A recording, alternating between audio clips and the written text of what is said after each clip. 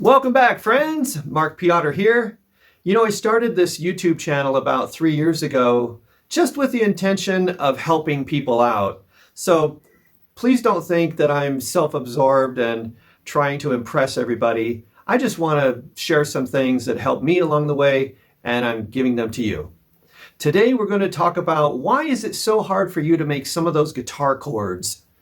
You know, I think a lot of it comes down to a couple of motions and movements of your left hand. One of the things that comes up with my guitar students is the fact that they have large, fat fingers, okay? And they can't get their fingers in between individual guitar strings. Unfortunately, this is a problem because there are many guitar chords that require your individual finger to go in between other strings, and yet you got to allow the adjacent string to ring. A good example is the C chord, like that. The index finger must be placed on the B string such that the E string can ring and the G string can ring, but the B string is on the first fret. So if your fingers are just too large and you can't get them in between the strings, playing the guitar is going to be tricky.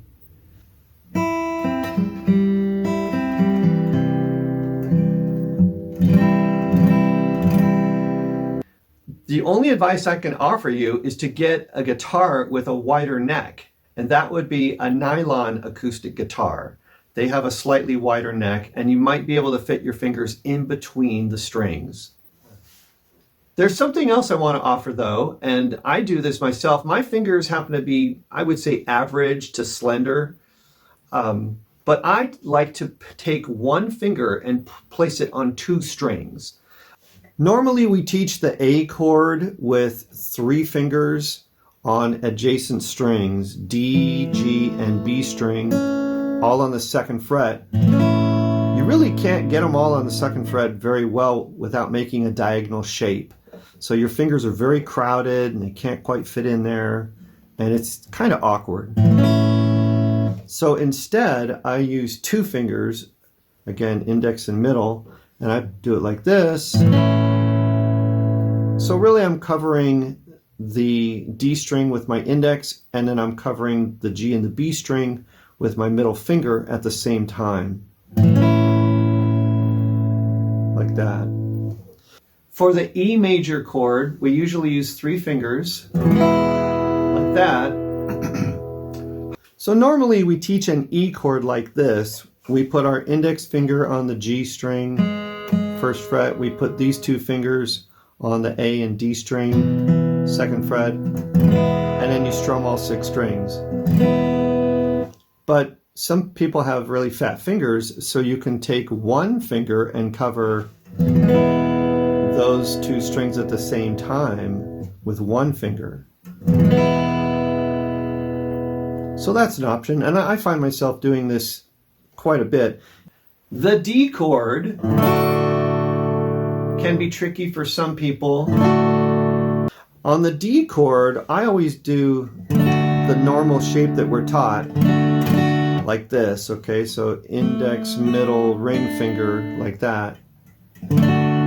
However, some of my students struggle to get that middle finger in between, so they make this shape. They do index finger across, and then they add on the middle finger in between, like that.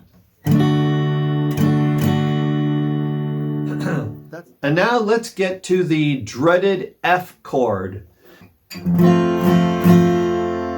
In my opinion, the F chord is the one chord that separates the beginner guitarist from the intermediate guitarist.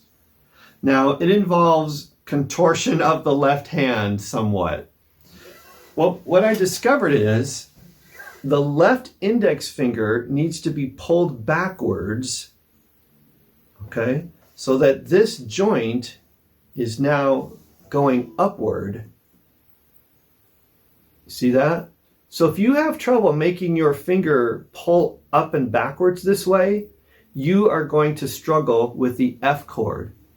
By the way, this motion of having your left hand, your left index finger move like this, that same motion is required for the violin and the flute.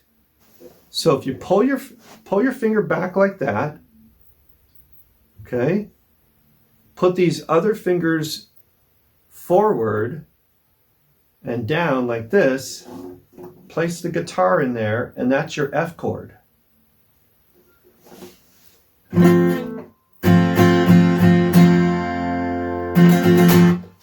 If this is too difficult for you,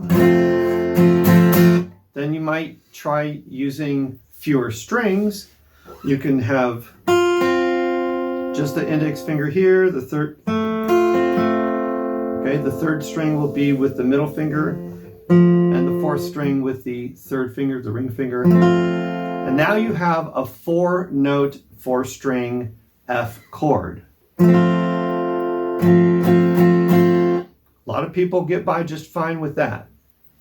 The thumb, by the way, that's a good question. Should I wrap my thumb around? My answer is whatever makes the chord easier and better for you. Or you could place it way in the back like this. Right now my thumb is almost in the middle of the neck. So whatever works for you, that's pretty much my answer there. Another way to play a F chord with 6 strings is to form the bar. Try to make this shape. This is one of the main things that might be blocking you. You need to form this shape. You have a straight index finger, and then you have these other fingers that are curled in front of it like this. And that is a bar chord. So if you cannot make this shape with your fingers, you are going to struggle with bar chords. All right, so lay your index finger down flat, and then let these other fingers do the work to make other chord shapes, like the E shape, okay? And now you have a bar chord, F chord. F sharp. Let's talk about one more manner of dexterity with the left hand, and that has to do with bending this third finger backwards, shall we say? Okay, so if you can move your third finger backwards at this joint right here, you are at a big advantage to make a bar chord from an A shape. Right? You have your A shape needs to cover 3 strings. What if you could do it with just one finger? Your ring finger. Now you can move it up like this and bar fret 1, fret 2, fret 3. I use this all the time. It's very important to me. So if you can get your finger to make that motion, you've got a big advantage. Watch this, G minor to C, and then just go back and forth.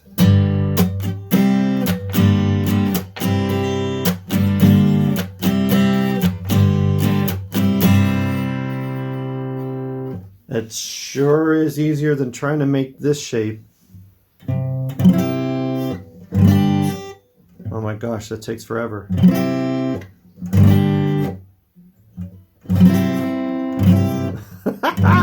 I can barely do it.